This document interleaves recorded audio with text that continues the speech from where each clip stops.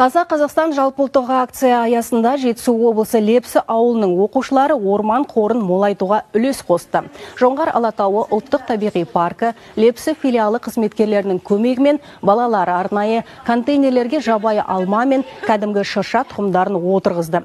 Табиғи жанашырлары жастарға бір түйір дәннен биік ағашты өсіріп шығару үшін қандай еңбекпен қаншама уақыт қажет екенін түсіндірді. Егілген әр дән көшет болып өсіп өніп шыққанша оқушылардың бақылауында болады.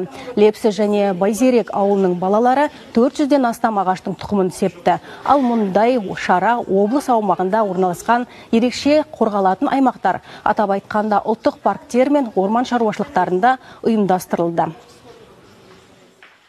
Біз бұларды қазір стакандарға отырғыздық. Ал сосын көктем келгенде біз бұларды далаға шығарып егеміз, суғарамыз, баптаймыз, қараймыз.